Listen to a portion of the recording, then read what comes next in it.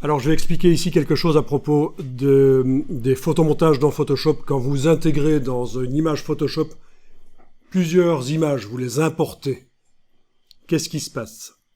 Il y a parfois des messages d'erreur qui apparaissent et en fait c'est assez simple de comprendre pourquoi. Donc je vais juste vous montrer déjà ici le principe. J'ai 4 images JPEG ici.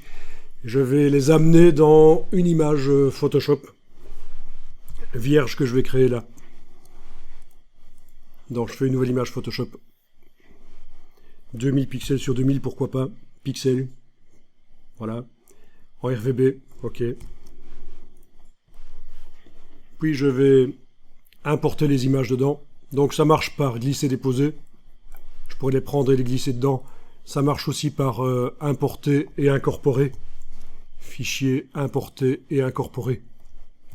Vous avez une autre manière d'importer dans Photoshop qui est plus récente, c'est importer et lier. Ça c'est un peu différent. Ici c'est importer et incorporer, c'est ce qui se passe quand on fait du glisser-déposer. Donc je vais être obligé de le faire une à une. Voilà. La première.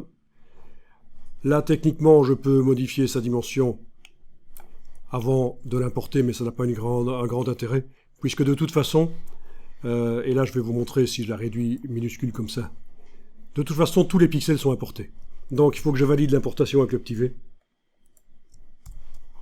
Voilà, et si je vais voir cette image là que je viens d'importer, évidemment, le résultat est pixelisé, puisque c'est une image de 2000 pixels sur 2000, ma grande image blanche, et cette image importée à travers la trame des 2000 pixels sur 2000, à cette dimension-là, elle est très pixelisée.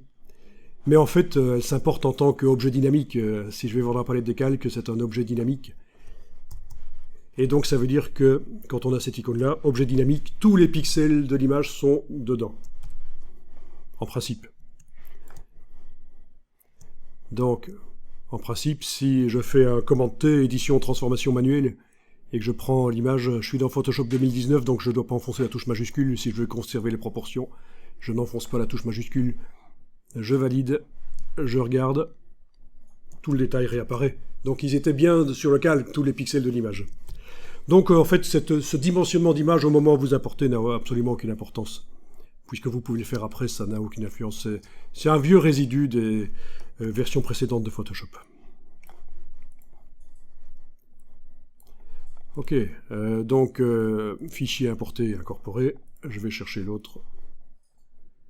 Voilà, je peux la redimensionner parce que c'est vrai que là elle apparaît très grande, voilà, etc. Si je faisais du glisser-déposer, ça fonctionnerait aussi. Voilà, glisser-déposer, ça marche aussi. Au final, je me retrouve toujours avec des objets dynamiques dans la palette des calques.